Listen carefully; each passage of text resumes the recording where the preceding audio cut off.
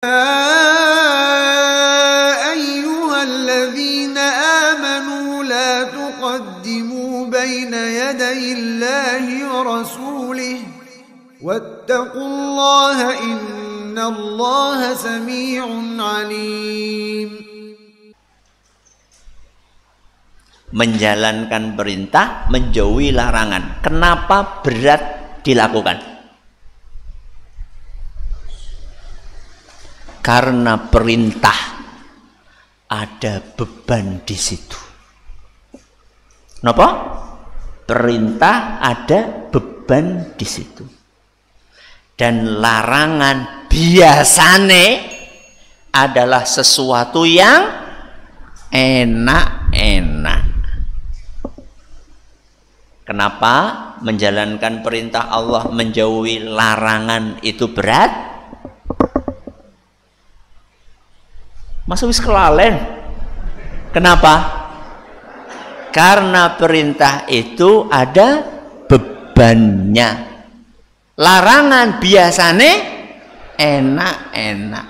Menjalankan sesuatu yang beban, meninggalkan sesuatu yang enak, gampang apa susah? Susah. Mari kita bahas menjalankan perintah. Perintah biasanya beban. Jenengan pernah nggak mendengar istilah mukallaf? Pernah? Mukallaf siapa? Orang yang mendapatkan beban. Nopo? Beban. Beban apa? Beban syariat, menjalankan perintah Allah. Gue beban. Beban mana orang? Beban atau bukan? Mau bukti?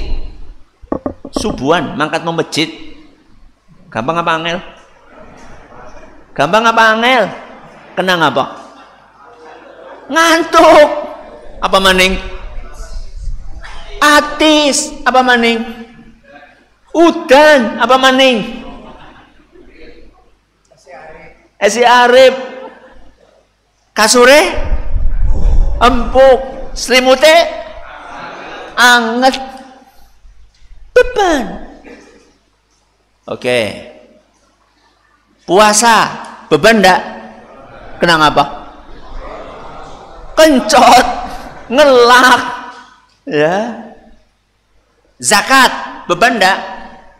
Kenapa?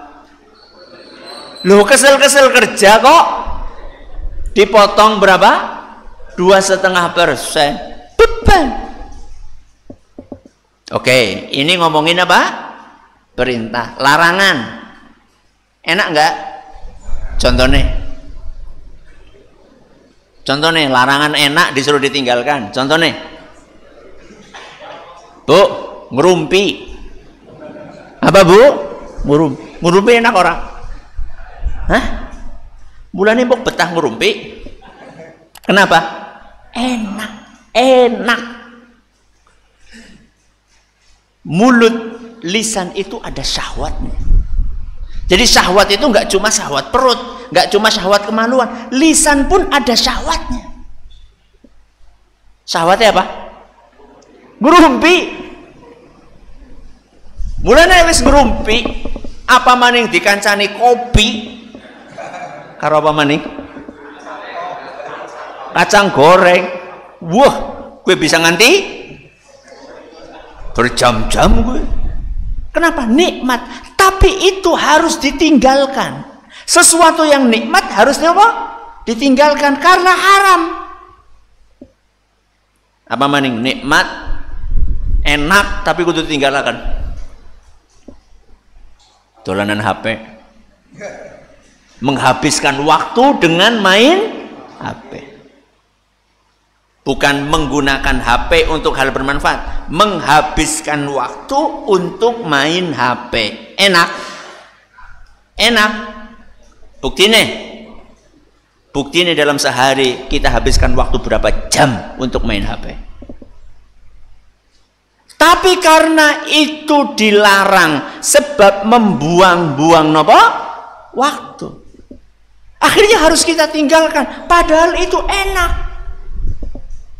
Inilah sebabnya kenapa takwa alias menjalankan perintah Allah, menjauhi larangannya itu terasa berat. Karena perintah-perintah Allah ada beban di dalamnya, dan larangan-larangan Allah biasanya enak-enak. Lah terus solusinya apa? Kising paling penting. Intinya pengajian. Tapi wis jam pira? Cukup ya? Cukup. Insya Allah cukup. Semoga Allah berkahi waktunya. Solusinya bagaimana Ustaz? Supaya yang berat itu terasa ringan, yang enak dan haram, ya, enak halal betul apa gitu. Yang enak dan haram itu terasa menjijikkan. Kita jadi malas melakukannya karena itu haram. Makanya pengajiannya judulnya apa? Kisi pada macam pamfletnya pora. Agar semangat beribadah, malas maksiat. Nek siki ake-ake apa? Malas ibadah, semangat maksiat. Lah ben diganti kepriwe carane? Kita balik, jadi bukan malas maksiat semangat, bukan malas ibadah semangat maksiat, diwalik berarti kan, supaya bagaimana? Semangat ibadah, malas maksiat. Caranya kepriwe? Ya. 3. Berapa caranya? 3. Temut-temut ya. Ada berapa? 3. 1. Jalankan secara bertahap. Napa? Jalankan secara bertahap. Kalau secara bertahap berarti tidak sekaligus. Apa yang pertama, Ibu-ibu?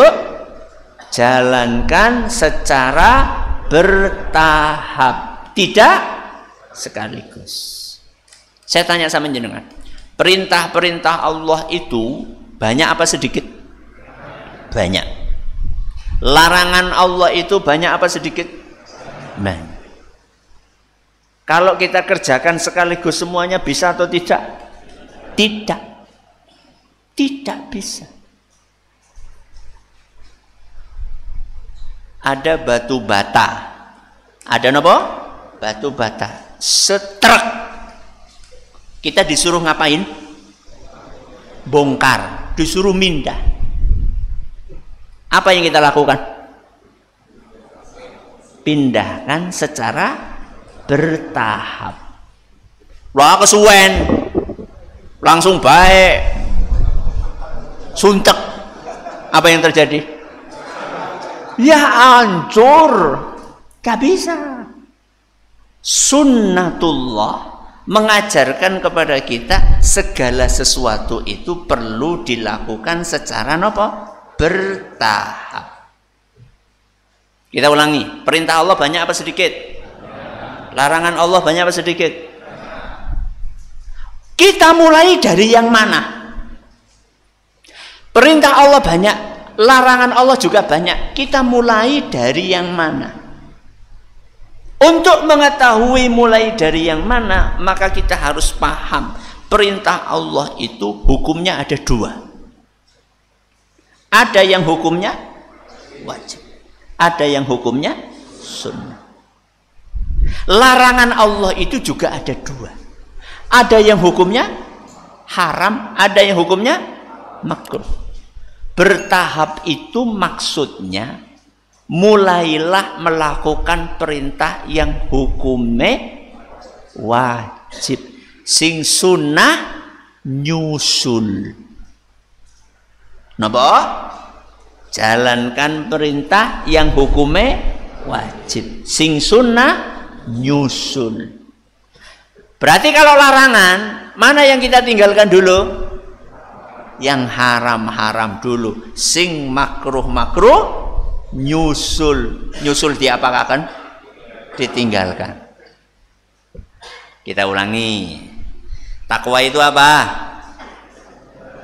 menjalankan perintah, menjauhi larangan. Banyak apa sedikit?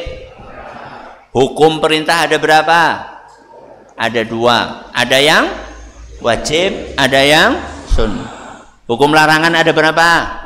Ada 2. Ada yang haram, ada yang makruh. Sing disitakan sing endi? Lakukan yang wajib, yang sunnah nanti nyusul. Tinggalkan yang haram, yang makruh nanti nyusul.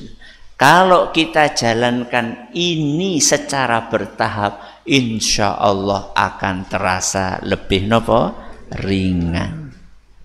Perintah yang wajib contohnya salat apa sing genah? Salat wajib gue apa? Salat 5 waktu, nah gue sing genah. Karena nanti ada salat yang sunnah. Ada qobliyah, ada apa lagi?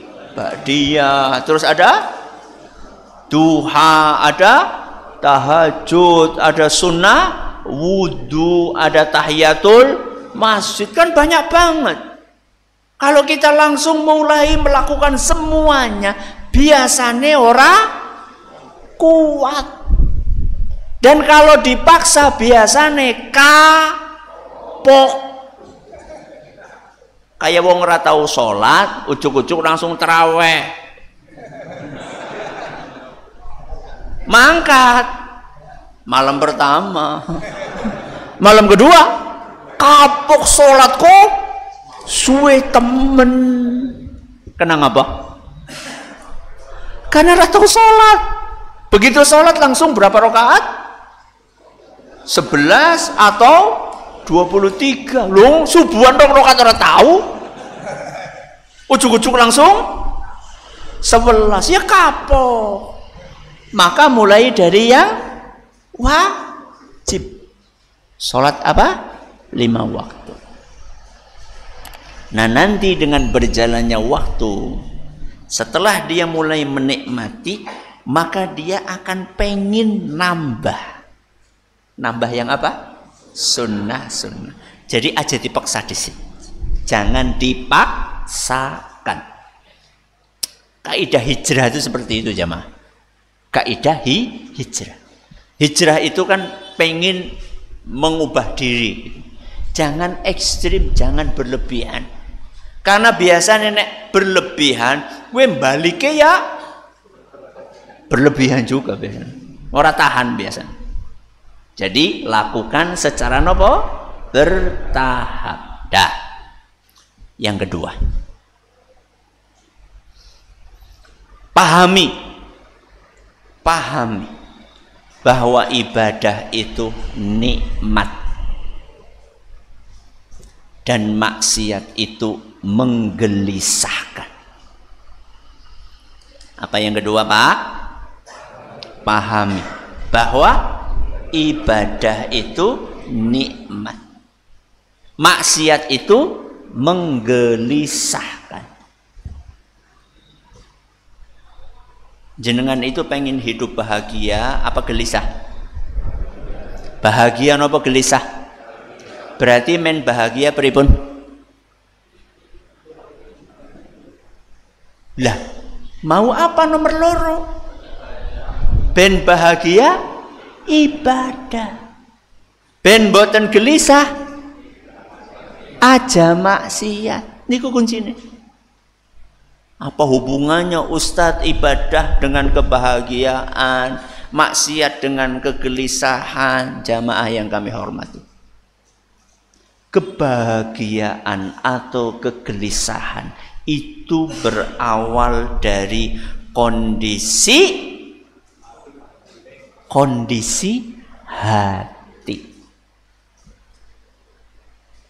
Kebahagiaan atau kegelisahan seseorang itu dilihat dari kondisi hatinya. Nek hatine bersih, nek hatine sehat, maka hidupnya bahagia. Berarti orang gelisah itu gara-gara nopo? Hatine kotor, hatine penyakitan. Kita ulangi. Orang hidup bahagia itu karena hatinya nopo? Bersih, karena hatinya sehat. Orang gelisah itu karena hatinya kotor, karena hatinya berpenyakitan. Pertanyaannya, hati yang sehat bisa sakit atau tidak? Bisa. Hati yang bersih bisa kotor atau tidak? Bisa. Gara-gara apa? Maksiat. Gara-gara maksiat. Apa kata Nabi kita Muhammad sallallahu alaihi wasallam dalam sebuah hadis yang diriwayatkan oleh Imam At-Tirmidzi, dan beliau mengatakan hadis ini hasan sahih. Kata Nabi sallallahu alaihi wasallam, innal 'abda idza akhta'a khati'atan nukitat fi qalbihi nuktatun sauda. Sesungguhnya seorang hamba itu ketika dia berbuat satu maksiat, maka hatinya itu akan ditorehkan satu bintik hitam. Satu maksiat, satu apa? Bintik hitam. Contoh, sedang berjalan sama apa? Istri. Ngantar istri kemana? Ke pasar. Tuku apa? Hah? Kangkung, lombok. Ternyata sing dodol ayu banget. Terus apa yang dilakukan oleh suami? Mendelik. Jangan kayak bojoku ya. Itu namanya maksiat. Berarti begitu jelalatan satu bintik hitam di mana? Hati. Ustaz, bintik hitam itu bisa dihapus enggak? Bisa enggak? Bisa. Apa kata Nabi sallallahu alaihi wasallam? Fa idza huwa naza'a wastaghfara wa taba sukila qalbuhu. Kalau orang ini langsung sadar, langsung apa? Sadar. Jadi begitu ngelihat kok ayu banget, terus langsung astagfirullah. Ini kan lebih ngaji di masjid Baitur Rahman, ralih jelalatan, astagfirullah wa atubu ilaih. Istighfar dan bertaubat. Napa? Istighfar dan bertaubat. Maka satu bintik hitam itu langsung dihapus sama Allah. Kapan? Saat itu juga.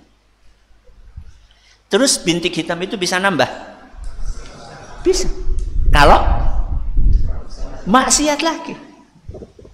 Jadi bukannya tobat, tapi pindah warung liyane sing pada ayu. Jelalatan maning, berarti bintiknya tambah lagi. Apa kata Nabi SAW? Wa in ada. Kalau maksiatnya diulangi lagi, maksiatnya diulangi lagi dalam bentuk yang sama atau bentuk yang berbeda, zida fiha hatta ta'lu qalbah. Maka bintik-bintik hitam itu akan ditambah sampai mendominasi hatinya. Mendominasi siapa?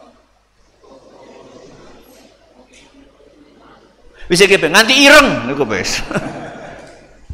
Awalnya kan cuma bintik satu ya, tapi karena sering akhirnya bintik yang awalnya putih bersih terus jadi hitam. Kata Nabi SAW, fadzalika ran alladzi dzakarallahu ta'ala, itulah tutup hijab, tirai yang menutupi hati seorang hamba yang pernah Allah sebutkan dalam surat Al-Mutaffifin ayat 14, kalla bal rana ala qulubihim ma kanu yaksibun. Itulah tutup yang menutupi hati seorang hamba gara-gara dosa-dosa dan maksiat yang selama ini dia lakukan. Apa akibatnya ketika hati itu menghitam? Akibatnya dia akan gelisah. Supaya dia bisa mendapatkan kebahagiaan lagi, bagaimana? Hati itu harus dibersihkan lagi. Membersihkannya bagaimana tadi? Beristighfar dan bertaubat. Kalau boleh saya umpamakan, ibadah itu cocoke, pantese, mambune apa? Mambune apa? Wangi. Kalau maksiat niku pantese mambune bajin, alias busuk. Ayo kita pakai ilustrasi. Orang itu hidupnya akan nyaman kalau di sekelilingnya bau apa? Orang itu akan nggak nyaman, gelisah, nggak tenang kalau di sekelilingnya bau busuk. Makanya jenengan itu begitu masuk rumah, ki ambu apa ge? Apa anak tikus mati? Apa anak cecek kejepit lawang? Nyaman atau tidak? Begitulah kira-kira ahli maksiat. Ahli maksiat itu bau busuknya bukan cuma ketika masuk rumah. Bau busuknya itu dibawa kemana-mana.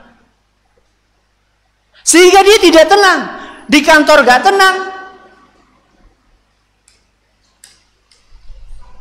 Di pasar gak tenang. Di jalan gak tenang. Bahkan di masjid pun masih maksiat. Pakai wifi-nya masjid untuk apa?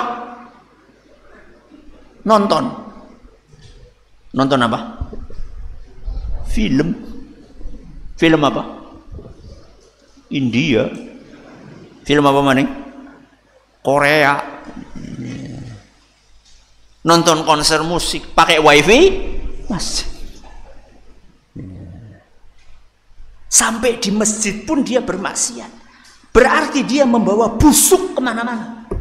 Apa mungkin orang yang kemana-mana membawa bangkai busuk hidupnya tenang? Mungkin?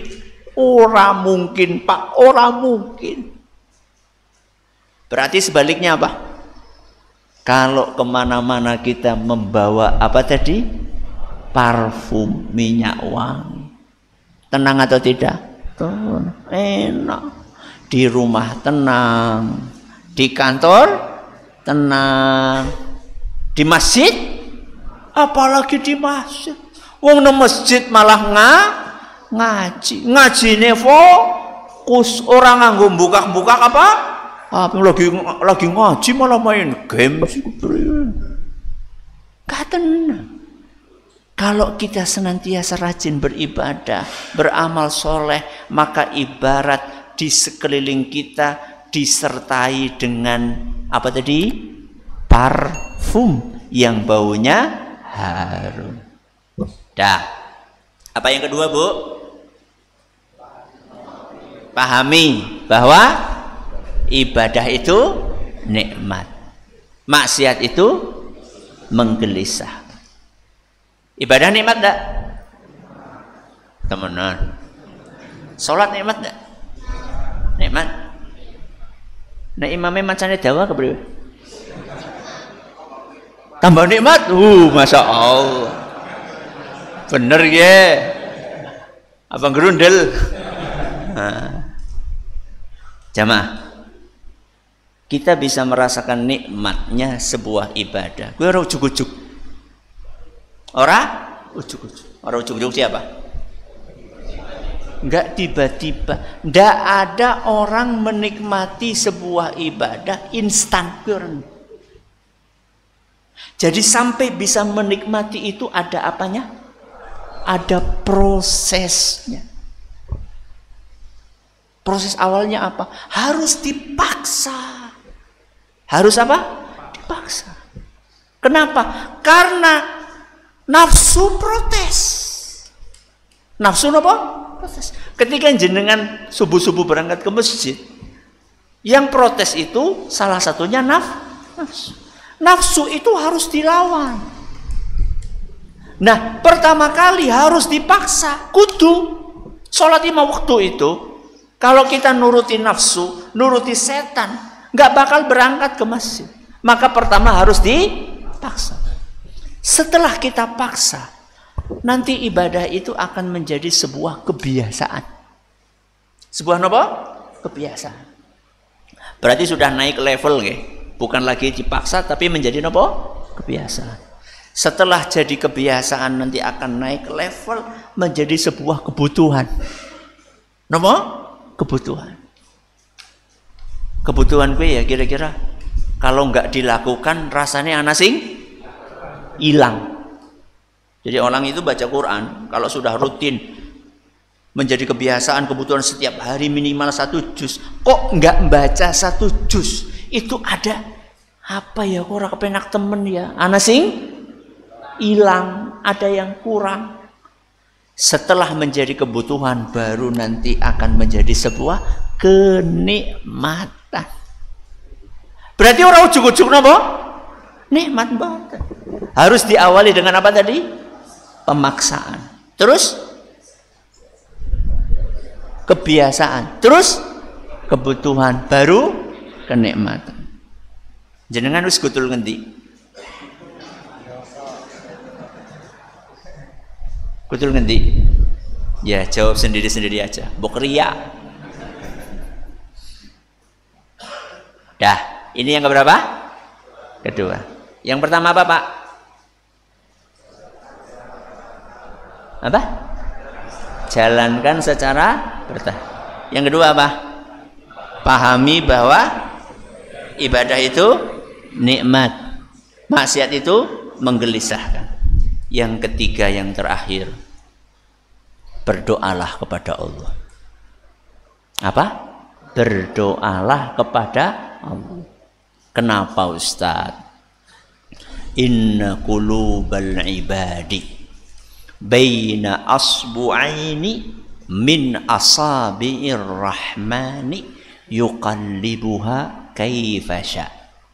Hati manusia semuanya itu berada di antara 2 jari Allah. Dan Allah akan membolak-balikkan hati manusia, terserah Allah. Terserah sinten? Padahal seneng gak seneng itu tempatnya di mana? Hati. Semangat gak semangat itu tempatnya di mana? Hati. Berarti yang bisa membuat kita semangat beribadah sinten? Allah. Yang bisa membuat kita males maksiat, benci maksiat sinten? Allah. Maka kita harus berdoa kepada Allah. Doanya gimana Ustaz? Doanya kita ambil dari surat Al-Hujurat. Surat apa? Al-Hujurat ayat 7. Surat apa? Al-Hujurat ayat berapa? Ayat 7. Kalau bunyi ayatnya, walakinnallaha habbaba ilaikumul imana wa zayyanahu fi qulubikum wa karraha ilaikumul kufra wal fusuqa wal isyan ulaika humur rasyidun. Itu redaksi ayatnya. Kalau kita ubah jadi doa, maka bunyinya kayak gini. Allahumma habib ilainal iman wa zayyinhu fi qulubina wa karrih ilainal kufra wal fusuqa wal isyan waj'alna minar rasyidin. Doa tadi itu intinya ada berapa? Ada 3. Yang pertama, Allahumma habib ilainal imana wa zayyinhu fi qulubina. Intinya adalah, ya Allah, jadikan iman itu aku sukai, senang. Wa zayyinhu fi qulubina, dan jadikan iman itu terasa indah di hati kami. Jadi pertama, kita ini minta sama Allah supaya senang ibadah. Kira-kira seperti itu. Jadi inti doa paragraf yang pertama, minta supaya senang apa? Ibadah.